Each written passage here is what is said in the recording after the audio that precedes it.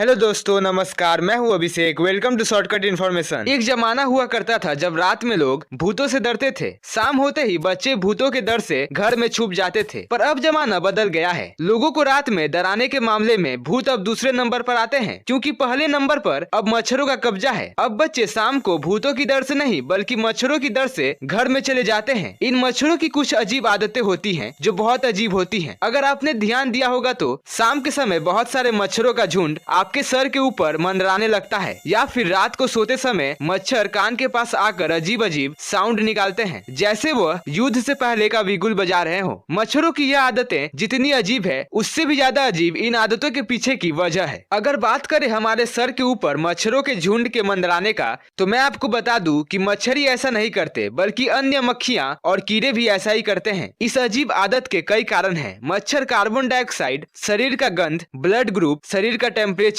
की तरफ आकर्षित होते हैं। अगर आपने ध्यान दिया होगा तो मच्छर आपके सर पर तभी मंडराते हैं जब आप कुछ फिजिकल एक्टिविटी कर रहे हो। तब आपका शरीर ज्यादा गर्म रहता है और आप ज्यादा कार्बन डाइऑक्साइड छोड़ रहे होते हैं और आपके शरीर से ज्यादा पसीना निकल रहा होता है। पसीने में पाए जाने वाले एक केमिकल जिसका नाम है ऑक्टेनॉल, यह मच्छरों को ज्यादा आकर्षित करता है। कई बार आपने यह भी नोटिस किया होगा कि एक ग्रुप में कुछ लोगों के सर पर मच्छर ज्यादा मंडराते हैं, वहीं कुछ लोगों के सर पर कम। ऐसा इसलिए होता होगा क्योंकि वह शख्स अपने हेयर में ऑयल या फिर जेल लगाया होगा, क्योंकि हेयर में ऑयल और जेल रहने पर पसीना ज्यादा देर तक सर पर रहता है। अब आते हैं अपने दूसरे सवाल पर कि मच्छर हमारे कान के पास आकर ही क्यों आवाज निकालते हैं। तो जैसा कि मैंने आपको बताया कि मच्छर कार्बन डाइऑक्साइड की तरफ ज्यादा आकर्षित होते हैं और सोते समय हम सब जानते हैं कि कार्बन डाइऑक्साइड हमारे सर के पास ज्यादा होती है, इसलिए मच्छर हमारे सर की ओर आते हैं और हम जो मच्छर की आवाज सुनते हैं वो मच्छरों के पंख के आपस में टकराने से पैदा होती है। और जो मच्छर हमारे कान के पास बीन बजाते हैं वह सब फीमेल मॉस्किटो होते हैं, क्योंकि मेल मॉस्किटो ज्यादातर फूलों के नेक्टर पीते हैं,